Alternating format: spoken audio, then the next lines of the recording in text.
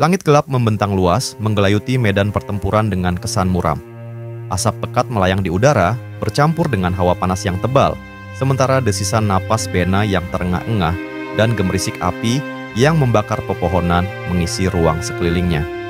Tangan Bena yang kaku menggenggam erat palu besar, darah yang mengalir dari lukanya memberi sedikit kehangatan pada telapak tangannya yang dingin. Setiap helaan, napas terasa seperti duri tajam yang menembus paru-parunya, namun senyum tipis tetap menghiasi wajahnya. Sebuah senyum yang penuh keteguhan, meskipun tubuhnya hampir tak mampu bertahan lagi. Wanita itu berdiri tegap dengan postur angkuh, matanya tajam dan mengarah penuh kebencian pada Bena, seperti elang yang mengincar mangsanya. "Ternyata kamu cukup keras kepala, ya? Kadang anak muda memang perlu diberi pelajaran," ujarnya sambil melangkah maju. Pedangnya yang terangkat memantulkan cahaya dari nyala api yang membesar di sekitar mereka.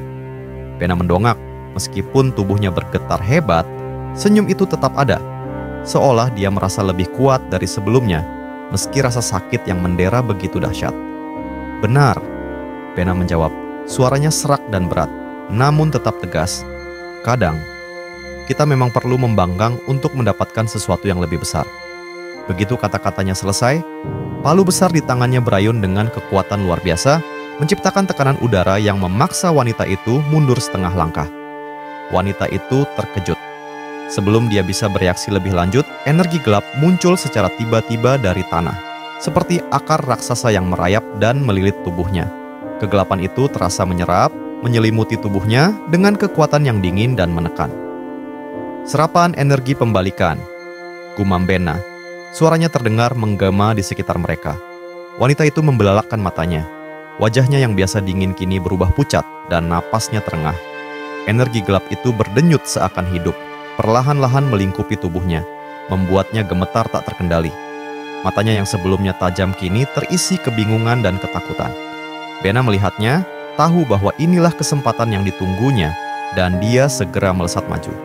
Dengan sekuat tenaga, palunya menghantam keras ke arah tubuh wanita itu. Ledakan kecil terjadi, mengguncang tanah seiring palu Bena menghantam sasaran. Wanita itu terlempar ke belakang, namun hanya sebentar. Wajahnya yang sebelumnya terkejut kini berubah menjadi muram. Dengan satu teriakan yang penuh kebencian, dia menghancurkan kutukan hitam itu. Aura suci yang menyilaukan memancar dari tubuhnya, mengusir kegelapan yang mengikatnya. "Dasar pengecut!" dia berteriak. Pedangnya berayun dengan gerakan cepat, menciptakan kilatan cahaya yang terang dan mematikan. Ledakan hebat terdengar. Api melahap pepohonan di sekitar mereka, mengubahnya menjadi abu dalam sekejap. Bena terlempar jauh, tubuhnya jatuh dengan keras ke tanah. Nafasnya terengah-engah, pandangannya kabur. Dia bergumam dengan suara pelan, seolah berbicara pada dirinya sendiri. "Itu, apa yang terjadi tadi?" Tangannya bergetar, mencoba menopang tubuhnya yang lemah. Namun dia tahu, tidak ada lagi kekuatan yang tersisa untuk bangkit. Langkah berat terdengar mendekat. Wanita itu mendekat perlahan, setiap langkahnya mengiringi perasaan mencekam di tengah api yang terus berkobar. "Penyihir kotor," dia berkata. Matanya berkilat dengan kebencian yang mendalam. "Beraninya kamu menyakiti tubuhku." Teriaknya, wajahnya semakin menunjukkan amarah yang membara. Bena hanya bisa memandangi, tubuhnya tak sanggup bergerak. Dalam hatinya, dia bergumam. Namun, sebelum pikiran itu bisa selesai, wanita itu berbicara lagi dengan suara yang penuh intimidasi. "Anak kecil yang ingin kamu lindungi itu akan aku hancurkan di depan matamu," katanya, menyeringai penuh kebencian. Aura suci yang sangat kuat itu memancar dari tubuhnya, membuat tanah bergetar seakan terancam meledak. Tiba-tiba, tawa kecil yang mengerikan terdengar. Jami, yang sedari tadi mengamati di udara, menatap wanita itu dengan senyum dingin. "Kenapa harus dia?" tanyanya dengan santai, meski setiap kata yang keluar mengandung ancaman yang tajam. "Aku bahkan belum melakukan apa-apa kok." Tangannya yang terangkat dengan cepat mengumpulkan energi gelap yang membentuk pusaran hitam pekat. "Hancurkan yang menghalangi, Abyss," perintahnya dengan suara dingin. Dari belakang Jamie, bayangan besar mulai muncul. Tangan-tangan hitam raksasa merayap dari kedalaman kegelapan, mengepung wanita itu dengan kekuatan yang mematikan. "Pelahap jiwa," gumam Jami dengan senyum dingin. Sihir yang melahap segalanya dan menganggapnya sebagai nutrisi. Matanya bersinar dengan kegilaan yang gelap.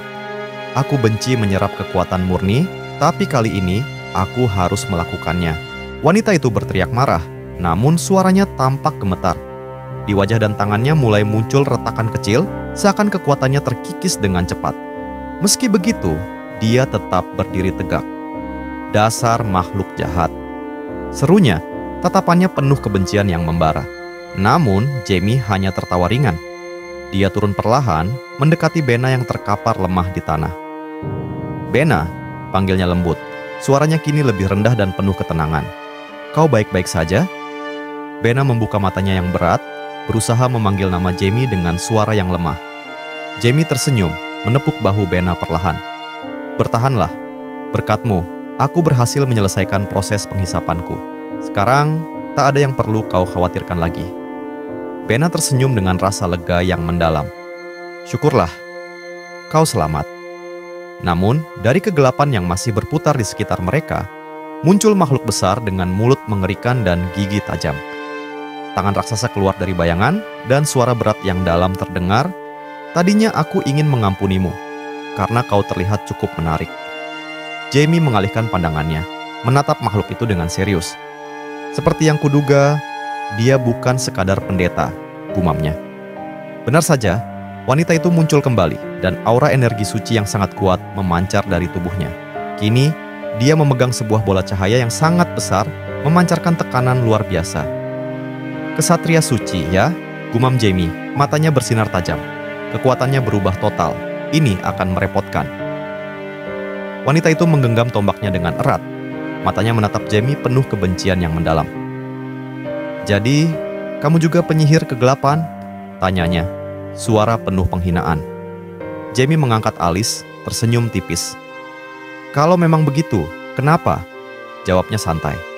Tanpa menunggu jawabannya, wanita itu melompat maju, mengarahkan tombaknya dengan kekuatan yang luar biasa, cukup untuk merobek tanah dan memecah udara. Namun, Jamie tetap tenang. Matanya bersinar gelap, senyumnya tetap tipis. "Begitu ya?" gumamnya, lalu mengangkat tangannya.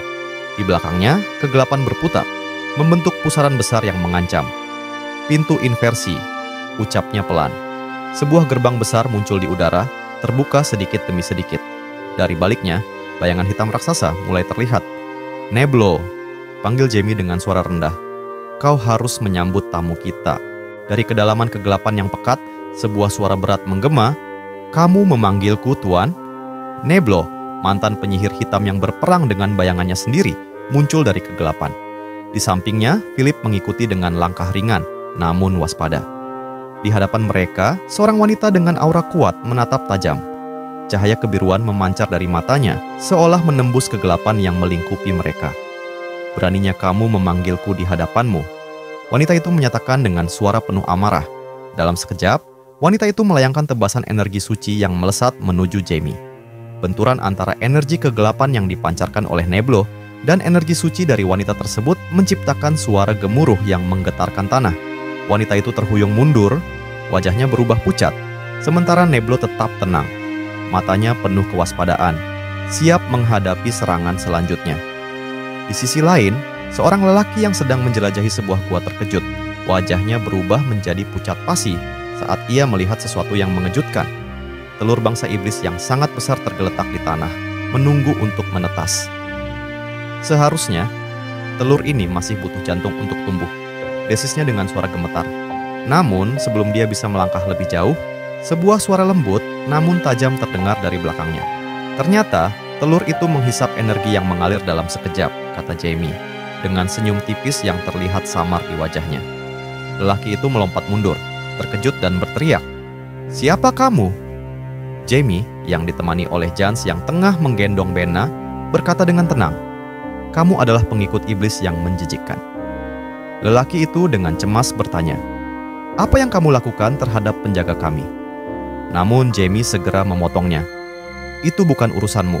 Habisi dia, Philip," ujarnya sambil menjentikan jarinya. Dalam sekejap, Philip sudah menghunus pedangnya dan menebas pengikut iblis itu dengan kilat.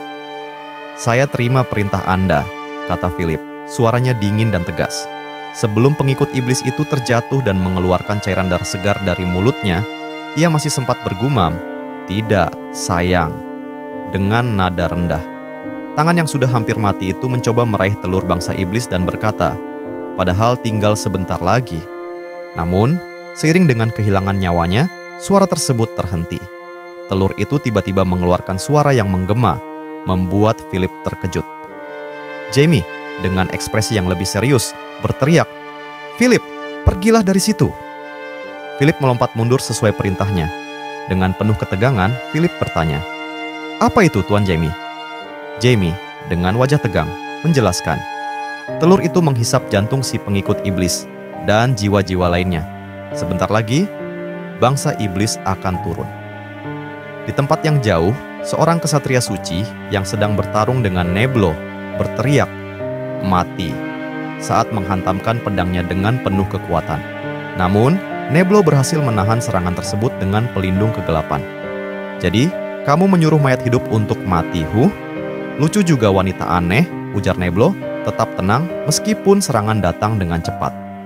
Kesatria suci itu semakin marah, "Tengkorak sialan," dan mencoba menjauh, bergumam, "Apa yang terjadi dengan telur itu? Kalau terjadi masalah, aku bisa dihajar oleh bos." Tiba-tiba, energi kegelapan pekat muncul, menggetarkan atmosfer di sekitar mereka. Neblo merasakan getaran itu dan mulai panik energi ini. Ia bergumam, sementara kesatria suci itu tersenyum. "Bagus." Sepertinya makhluk menjijikan itu datang tepat waktu. Neblo menoleh dengan cepat, mata terbelalak. "Tuan, jangan," serunya. Itu adalah monster yang menginjak-injak kematian. Dengan itu, kesatria suci itu menepuk kepalan tangannya dan berkata, "Meski kamu harus pergi ke sana, aku tidak akan biarkan kamu menyusul bosmu." Ia menghimpun energi suci yang sangat kuat dan menyerang dengan penuh kekuatan.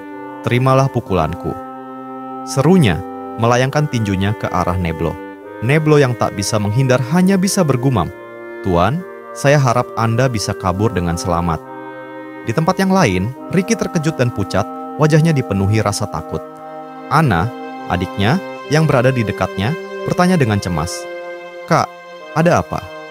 Ricky, yang nampak bingung dan gelisah, menjawab dengan suara bergetar, "Semua orang akan mati."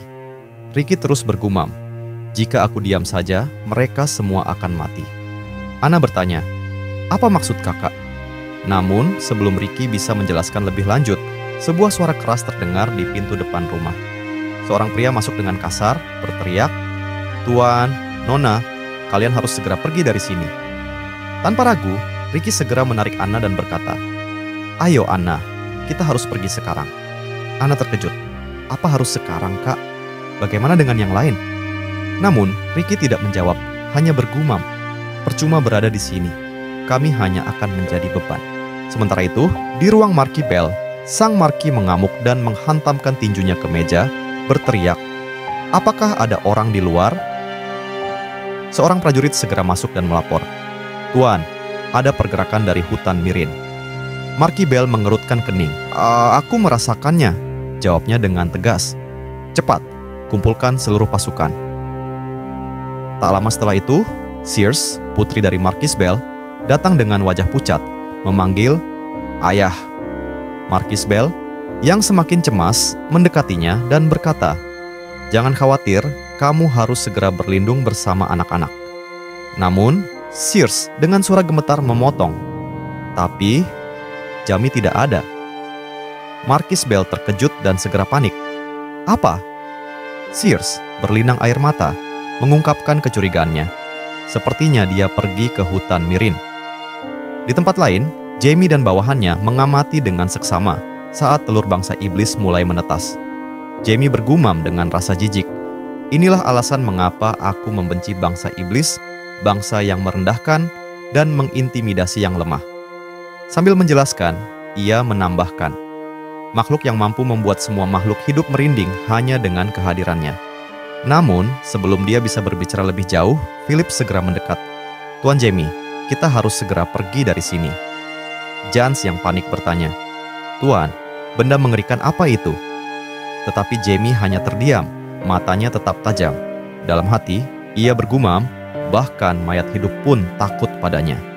Ia menatap tangan yang masih mengenakan gelang artefak miliknya, dan dalam hati ia berpikir, begitu makhluk itu keluar sepenuhnya, aku akan kesulitan menghadapinya jika tidak menggunakan kekebalan sempurna. Jika kita terus berada di sini, kita bisa, kata Philip. Namun tiba-tiba Philip menghilang. Jamie menjentikkan jarinya, membuat Jans bingung. Jamie berteriak kepada Jans, bawa Bena dan kabur sejauh-jauhnya dari sini. Namun, Jans sudah melarikan diri lebih dulu karena ketakutan. Jamie hanya bisa menghela napas kesal. Tiba-tiba, suara berat terdengar dari belakang. "Kamu tidak apa-apa sendirian?" Jamie menoleh dan terkejut melihat sebuah makhluk besar keluar dari telur bangsa iblis.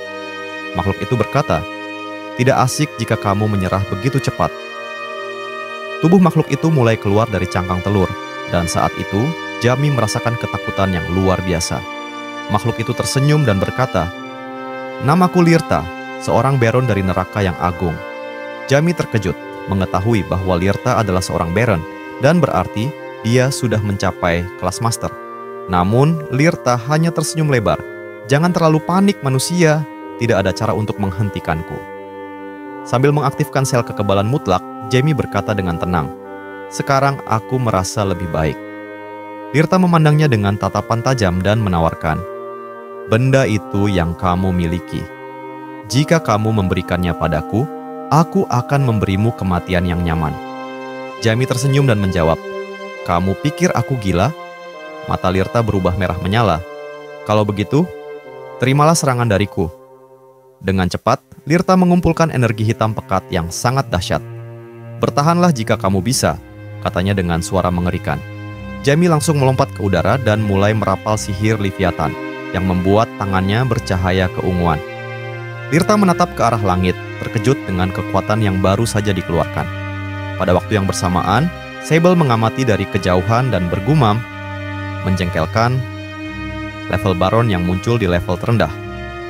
Dari kejauhan, Sable melihat ledakan energi milik Lirta, sementara beberapa ksatria suci dan prajurit markis bergerak cepat menuju lokasi pertempuran. Mereka semua memohon ampunan kepada Dewi Pero dan meminta keberanian. Namun Sable yang berjongkok dengan santai berkata, "Meskipun begitu, kalian salah kalau meninggalkan rumah."